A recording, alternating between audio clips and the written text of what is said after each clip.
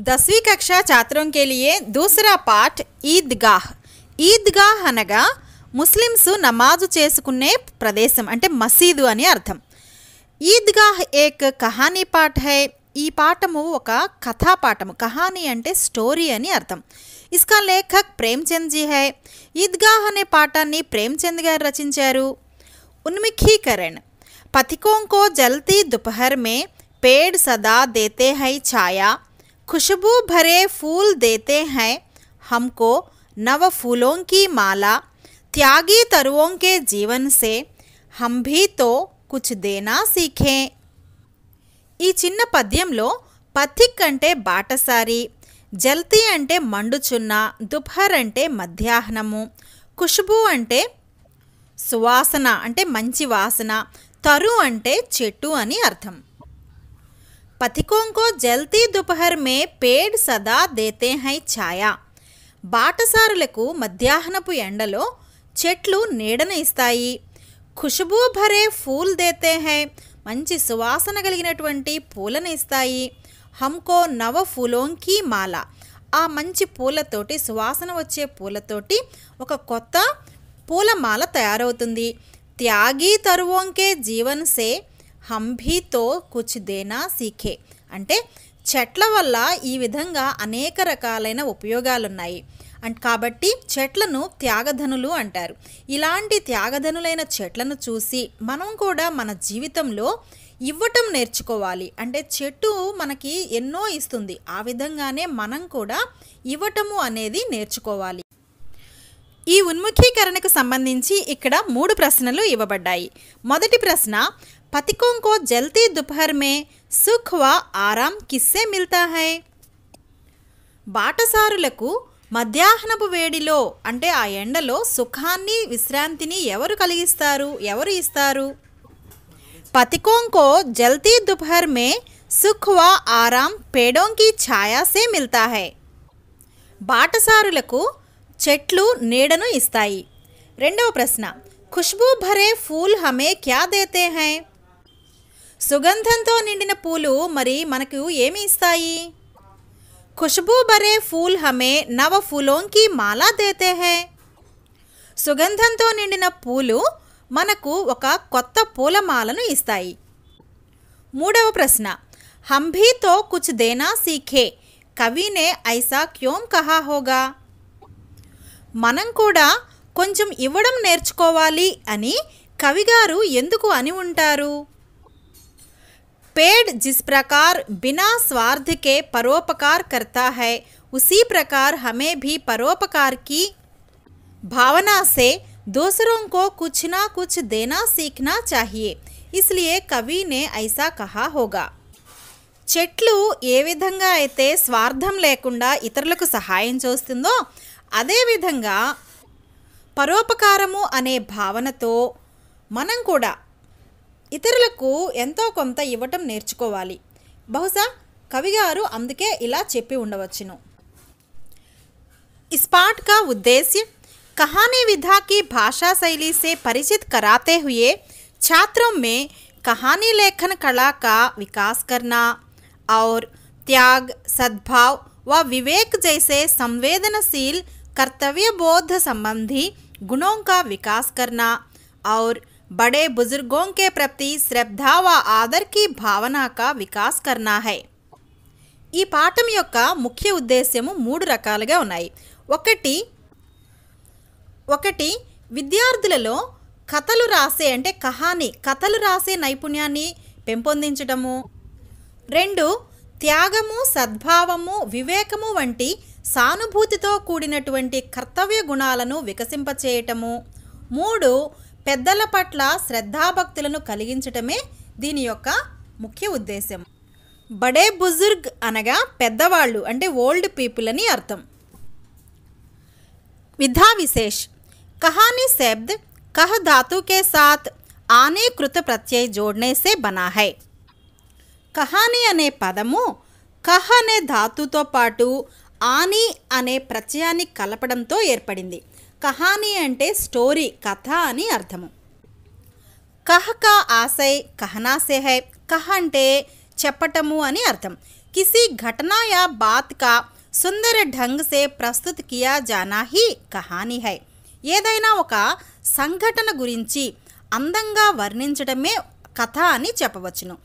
इस कहानी में दादी व पोते का मार्मिक प्रेम दर्शाया गया है. ఈ కథలో నానమ్మ మనవడు మధ్య ఉన్నటువంటి ప్రేమానురాగాలను చూపించబడ్డాయి. इसमें कथन व संदर्भ वातावरण का सजीव चित्रण है. అంతేకాదు ఈ పాఠంలో మాటలు, సందర్భం, వాతావరణం యొక్క సజీవ చిత్రణ ఉంటుంది. इसमें बाल्यावस्था की निर्मल भावनाओं का सुंदर प्रतिबिंब दर्शाया गया है. ఈ కథలో బాల్యావస్థలో పిల్లల్లో ఉన్నటువంటి స్వచ్ఛమైన నిర్మలమైనటువంటి భావనలను సుందరంగా అందంగా చూపించడం జరిగింది. लेखक परिचय. प्रेमचंद का जन्म एक गरीब घराने में काशी में 31 जुलाई 1880 को हुआ. ప్రేమ్చంద్ గారు ఒక నిరుపేద కుటుంబంలో కాశీలో జూలై 31, 1880వ సంవత్సరంలో జన్మించారు. ఇన్కే బచ్పన్ కా నామ్ ధనపత్ రాయ్ శ్రీవాస్తవ థా. ఆయన చిన్నప్పటి పేరు ధనపత్ రాయ్ శ్రీవాస్తవ్. इन्होंने ट्यूशन पढ़ाते हुए మెట్రిక్ తథా నౌకరీ కర్తే హుయే బిఏ పాస్ కియా. ఆయన ట్యూషన్లు చెప్తూ మెట్రిక్ పాస్ అయ్యారు. అదేవిధంగా ఉద్యోగం చేస్తూ బిఏ పాస్ అయ్యారు. इन्होंने लगभग 1 दर्जन उपन्यास और 300 से अधिक कहानियों की रचना की. ఆయన సుమారుగా 1 డజను నవలలు మరియు 300 కంటే ఎక్కువగా కథలు స్టోరీస్ రచించారు. इन्हें उपन्यास सम्राट भी कहा जाता है. ఈయనను ఉపన్యాస చక్రవర్తి అంటే నవలా చక్రవర్తి అని పిలుస్తారు. ఉపన్యాస సమ్రాట్ అంటే నవలా చక్రవర్తి అనే బిరుదుతో పిలుస్తారు. इनकी कहानियाँ मानस सरोवर शीर्षक से 8 खंडों में संकलित है. ఈయన రచించినటువంటి కథలన్నీ మానస్ సరోవర్ అనే శీర్షికతో 8 భాగాలలో సేకరించబడింది. అంటే 8 భాగాలుగా సేకరించబడింది. గోదాన్, గబన్, సేవా సదన్, నిర్మల, కర్మభూమి, రంగభూమి, కాయాకల్ప్, ప్రతిజ్ఞ, మంగళసూత్ర ఆది ఇన్కే ప్రముఖ ఉపన్యాస్ హై. ఈ చెప్పినవన్నీ ఆయన రచించినటువంటి నవలలు. ఇన్కే కహానియోం మే అంటే ఆయన రచించిన కథలు ఏంటంటే పంచపరమేశ్వర్, బడే ఘర్ కీ బేటీ, కఫన్. అంటే ఇక్కడ 3 కథల పేర్లు మాత్రమే ఇచ్చారు. ఆది ప్రముఖ హై. ఇవి చాలా గొప్పవి అంటే చాలా ప్రసిద్ధి చెందినటువంటివి అని చెప్తున్నారు. विषय प्रवेश. प्राचीन काल से ही नैतिक मूल्य भारतीय जीवन के प्रतिबिंब रहे हैं. इनके रूप हर भारतीय में समाये हुए हैं. हम अपने बुजुर्गों का बड़ा ध्यान रखते हैं, जैसे इस कहानी में दर्शाया गया है. ప్రాచీన కాలం నుండి కూడా నైతిక విలువలు మన భారతీయ జీవనాన్ని ప్రతిబింబింపచేస్తూ ఉన్నాయి. దీని స్వరూపం ప్రతి భారతీయునిలోనూ ఉంటుంది. అంటే ప్రతి భారతీయునిలోనూ కూడా ఈ నైతిక విలువలు అనేవి ఉంటాయి. మనం మన పెద్దలను బాగా గౌరవిస్తాము. ఇది కూడా మన సంస్కృతిలో ఒక భాగమే. అదే ఈ కథలో చూపించబడింది. అంటే పెద్దలను గౌరవించటము అనే సంస్కృతి, భారతీయ సంస్కృతే ఈ కథలో మనకి కనిపిస్తూ ఉంటుంది. మరి మనం ఈద్గాహ్ కథ గురించి చెప్పుకుందాము. రంజాన్ కే పూరే 30 రోజోं के बाद आज ఈద్ आई है. రోజోం అంటే ఉపవాసములు. రంజాన్ నెలలో ఆ 30 రోజుల ఉపవాసాలు తరువాత పండుగ వచ్చింది. అంటే ముస్లిమ్స్ వాళ్ళ యొక్క క్యాలెండర్ ప్రకారము రంజాన్ అనేది ఒక నెల పేరు. అంటే 9వ నెల పేరు. ఆ నెలలో 30 రోజులు ఉపవాసం ఉండి ఆ తరువాత పండుగ రంజాన్ పండుగను జరుపుకుంటారు. కితనా మనోహర్, కితనా సుహావనా ప్రభాత్. ఆ రోజు ఎలా ఉందో ప్రకృతి చిత్రణ ఇక్కడ చెప్పడం జరుగుతుంది. ఎంత మనోహరమైన, ఎంత ఆహ్లాదకరమైన ఉదయము. వృక్షోం పర్ కుచ్ అజీబ్ హరియాలీ హై. చెట్ల మీద ఒక విచిత్రమైన, అద్భుతమైన పచ్చదనం ఉన్నది. ఖేతోం మే కుచ్ అజీబ్ రౌనక్ హై. పొలాలలో కొంత విచిత్రమైన, అద్భుతమైన వెలుగు ఉన్నది. ఆస్మాన్ పర్ కుచ్ అజీబ్ లాలిమా హై. ఆకాశంలో కొంత అద్భుతమైన ఎరుపు అంటే లాలిమా అంటే ఎర్రదనం ఉన్నది. आज का सूर्य देखो कितना प्यारा कितना शीतल है ఈ రోజు సూర్యుడిని చూడు ఎంత ప్యారా అంటే ప్రియమైన ఎంత ప్రియంగా మరియు ఎంత చల్లగా ఉన్నాడో మానో సంసార్ కో ఈద్ కి బధాయి దే రహా హై ఇదంతా ఈ ప్రకృతినంతా చూస్తూ ఉంటే రంజాన్ యొక్క శుభాకాంక్షలు అంటే పండుగ శుభాకాంక్షలు తెలియచేస్తున్నట్లుగా ఈ వాతావరణం ఉంది ఈద్గాహ్ జానేకి తయారియా హో రహీ హై ఈ మసీదు నమాజ్ చేసుకోవటానికి మసీదుకు అందరూ తయారవుతూ ఉన్నారు అంటే మసీదుకు వెళ్లేందుకు ఏర్పాట్లు జరుగుతూ ఉన్నాయి లడకే సబ్సే జ్యాదా ప్రసన్న హై అందరికంటే ఎక్కువగా పిల్లలు చాలా ఆనందంగా ఉన్నారు బార్ బార్ జేబ్ సే ఖజానా నికాల్ కర్ గిన్తే హై పదే పదే జేబు నుంచి డబ్బులు తీసి లెక్క పెడుతూ ఉన్నారు మహమూద్ గిన్తా హై 1 2 10 12 మహమూద్ అనే అబ్బాయి లెక్క పెడుతున్నాడు అనమాట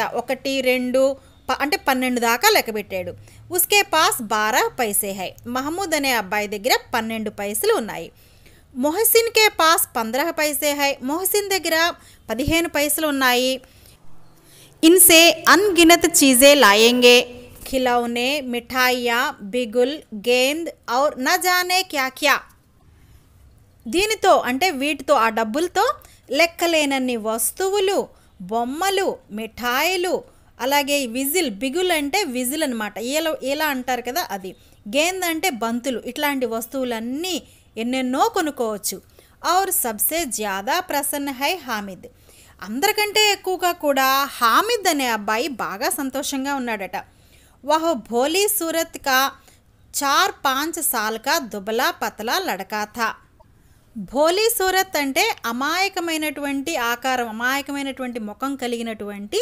4 లేక 5 సంవత్సరాల సన్నగా బక్కపలచగా ఉన్నటువంటి ఆ అబ్బాయి పేరే హామిద్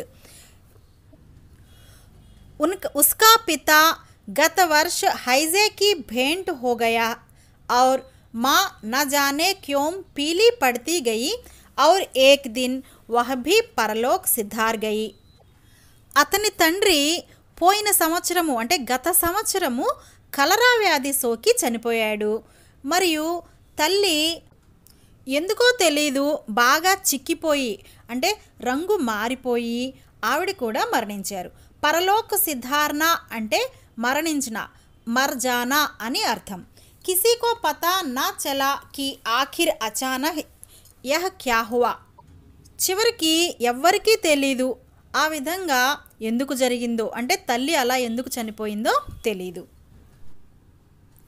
अब हामिद अपनी दादी अमीना की गोदी में सोता है అప్పుడు హామిద్ అనే అబ్బాయి వాళ్ళ నాయనమ్మ అయినటువంటి అమీనా గారి యొక్క ఒడిలో నిద్రపోతూ ఉన్నాడు దాదీ అమ్మ హామిద్ సే కహతీ హై కి ఉస్కే అబ్బా జాన్ రూపాయే కమానే గయే హై వాళ్ళ నానమ్మ ఆ పిల్లవాడితో మీ నాన్న అబ్బాజాన్ అంటే తండ్రి మీ తండ్రి గారు డబ్బులు సంపాదించడానికి వెళ్ళారు అని చెప్తుండేది అమ్మీ జాన్ అల్లాహ్ మియా కే ఘర్ సే ఉస్కే లియే బహుత్ సి అచ్చీ చీజే లానే గయి హై మరియు తల్లి అల్లా దగ్గర నుంచి నీకు కావలసినటువంటి చాలా వస్తువులు తీసుకురావడం కోసం వెళ్ళింది అని చెప్తూ ఉండేది ఆశతో బడీ చీజ్ హై ఆశ అనేది చాలా గొప్పది హామిద్కే పావ్ మే జూతే నహీ హై హామిద్ యొక్క కాళ్ళకి చెప్పులు లేవు సిర్ పర్ ఏక్ పురానీ టోపీ హై తల మీద ఒక పాత టోపీ ఉన్నది జిస్కా గోటా కాలా పడ్ గయా హై దానికి అంటే ఆ టోపీకి లేస్ గోటా అంటే లేస్ అని అర్థం ఆ లేసు బాగా నల్లబడిపోయిందట ఫిర్ భీ వహ ప్రసన్న హై అయినప్పటికీ అతను చాలా సంతోషంగా ఆనందంగా ఉన్నాడు अभागिन अमीना अपनी कोठरी में बैठी रो रही है అభాగిన్ అంటే దురదృష్టవంతురాలైన అమీనా తన గదిలో కూర్చొని ఏడుస్తూ ఉన్నది ఆజ్ ఈద్ కా దిన్ హై ఔర్ ఉస్కే ఘర్ మే దానా తక్ నహీ హై ఈరోజు పండుగ రోజు కానీ తినటానికి తిండి గింజ కూడా లేదు లేకిన్ హామిద్ మాత్రం ఉస్కే అందర్ ప్రకాష్ హై తన లోపల అంటే హామిద్ లోపల చాలా కాంతి ఉన్నది బాహర్ ఆశాకి కిరణ్ అతని బయటేమో ఆశ ఉన్నది హామిద్ భీతర్ జాకర్ దాదీ సే కహతా హై ఆ హామిద్ లోపలికెళ్ళి వాళ్ళ నాన్నమ్మతో ఏం చెప్తున్నాడంటే, తుమ్ డర్నా నహీ అమ్మా, మై సబ్సే పహలే ఆవుంగా, బిల్కుల్ నా డర్నా. నువ్వు భయపడవద్దు అమ్మా, నేను అందరికంటే ముందే వచ్చేస్తాను, అస్సలు భయపడవద్దు అని చెప్పాడు. మిగిలిన పాఠాన్ని రేపటి వీడియోలో చూద్దాం.